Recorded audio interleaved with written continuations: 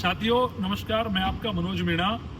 साथियों, बहुत सारे युवा साथी पिछले 3-4 दिन से कह रहे थे कि मनोज भाई यहाँ पे चतुर्थ श्रेणी के फोरमों में पूरा अपने ध्यान दे रखा है, पशु परिचर की लड़ाई को आपने छोड़ दिया है, पशु परिचर की आप बात नहीं कर रहे। साथियों, ऐसा है, मेरा काम युवाओं की समस्याओं को उठाना है। चाहे किसी भी भर्ती को समस्या होती है तो मैं एक ही चश्मे से देखता हूँ कि ये युवा है और ये पीड़ित है, तो इस बात को लेकर आपको चिंता नहीं करनी चाहिए। एक बात मैं आपसे बड़ी बेबाकी से कहना चाहता हूँ कि मेरा ये कर्तव्य है कि जिस भी लड़ाई को मैं लड़ूं उसको पूरी मजबूती से लड़ूं और पूरी ताकत से लड़ूं और उसमें आपको न्याय दिलाऊं। तो पशु परिचर की जो भर्ती के लिए नॉर्मलाइजेशन के खिलाफ जो लड़ाई हम लड़ रहे हैं, उसमें आप एक बात को याद रखिए कि ना तो लड़ाई छोड़ी है और ना लड़ाई कमजोर पड़ी है। साथियों, मैंने आपसे कहा था पिछले दिनों कि हम ये प्रयास कर रहे हैं कि जो सड़कों पे हम लड़ रहे थे, जब हमने चेयरमैन से बात करी, सचिव से बात करी, सबने एक बात कही थी कि हमारे हाथ बंधे हुए, बहुत ज्यादा हमारे पास करने को नहीं है। तो जब कोई रास्ता हमें दिखाई नहीं दिया, तब हमें लगा कि इस लड़ाई का पक्ष न्यायालय में भी रखना चाहिए। तो साथियों, आपको मैंने जानकारी भी इस बारे में दी थी कि इस लड़ाई को न्यायालय में लड़ेंगे, वो भी निःशुल्क लड़ेंगे, फ्री ऑफ कॉस्ट लड़ेंगे। साथियों, राजस्थान में एक परिपाटी बनी हुई थी कि बेरोजगारों से न्यायालय के नाम पे कुछ बेरोजगार नेता, कुछ अन्य नेता अपना 50% का जो कमीशन है, वो दलाली है, वो करते थे। उस दलाली को, उस कमीशन को राजस्थान में पहली बार हमने खत्म किया है। और खत्म कैसे किया है कि पूरे केस में किसी भी बच्चे से एक पैसा नहीं मांगा गया, एक पैसा नहीं लिया गया। राजस्थान में पहला मैटर है जब किसी बेरोजगारों के मुद्दे पर फ्री में केस लड़ा जा रहा है। अगर पहले किसी नेता ने फ्री में केस लड़ाया हो तो आप मेरे को बताना, मेरे भाइयों, नहीं लड़ाया होगा किसी ने भी। क्योंकि मेरा ये मानना है, गरीब किसान के बच्चों के साथ में अन्याय, अत्याचार नहीं होने चाहिए। वो पहले ही बेरोजगारी से पीड़ित है, पहले ही वो परेशान है, पहले ही उनके दुख बहुत है।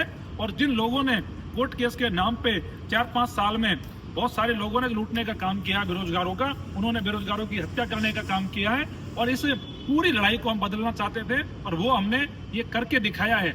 और आज मैं आपको बताना चाह रहा हूँ, पशु परिचर भर्ती के मामले में सोमवार को राजस्थान उच्च न्यायालय जोधपुर में ये केस फाइल हो जाएगा। और जो वकील है वो हरिंदर नील होंगे। और आपने जानकारी सोशल मीडिया पे आज देखी भी होगी, हरिंदर नील वो वकील है जो एसआई की लड़ाई लड़ रहे हैं और जो पशु परिचर की भी लड़ाई लड़ेंगे। साथियों, बिल्कुल चिंता नहीं करनी आपको कि ये लड़ाई बड़ी मजबूती से लड़ी जाएगी, बड़ी ताकत से लड़ी जाएगी और न्यायालय में भी आपको हम लड़ते हुए दिखेंगे। और ये लड़ाई की जो परिणाम है वो भी आप आने वाले दिनों में देखेंगे। किसी भी साथी को कभी ये नहीं सोचना, कभी भी ये मन में ख्याल नहीं लाने कि मनोज भाई हमारी लड़ाई को नहीं लड़ रहा है। साथियों, पूरी ताकत से लड़ रहा हूँ। और एक बार ये मैं आपसे कहना चाह रहा हूँ, सोमवार को हमारा केस फाइल हो जाए, उसके बाद में फिर से इस लड़ाई को सड़कों पर लड़ने का काम करूंगा और इसी मुद्दे पे सरकार को झुकाने के काम करेंगे और हर संभाग लेवल पे, हर जिला लेवल पे इस लड़ाई को लेके जाएंगे। नॉर्मलाइजेशन एक ऐसी बीमारी है जो राजस्थान के युवाओं के लिए कैंसर की तरह काम कर रही है, युवाओं को बर्बाद कर रही है।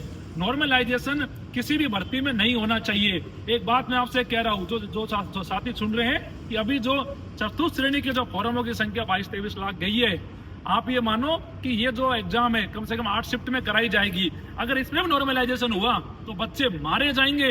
इसीलिए ऐसा मेरा मानना है, नॉर्मलाइजेशन आने वाले भविष्य में खत्म होना चाहिए। चाहे कोई भी एग्जाम हो, नॉर्मलाइजेशन उसमें नहीं हो और आपके साथ में एक जैसा व्यवहार हो, एक जैसा बर्ताव हो, किसी भी विद्यार्थी के साथ भेदभाव नहीं हो।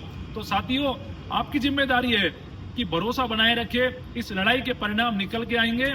कोर्ट में भी ताकत से लड़ रहे हैं, सड़कों पर भी ताकत से लड़ रहे हैं। और साथियों, जो बड़े बड़े लोग बैठे थे, बड़ी बड़ी संस्था खोल के, आप देखना एक बार उन्होंने आपका कितना साथ दिया। और आप ये भी देखना कि जो नेता बन के बैठे थे उन्होंने आपका कितना साथ दिया। इस लड़ाई को पूरी ताकत से लड़ेंगे और जो भी आपकी दिक्कत है आप मेरे को कभी भी कह सकते हो, बता सकते हो। जय हिंद, जय भारत।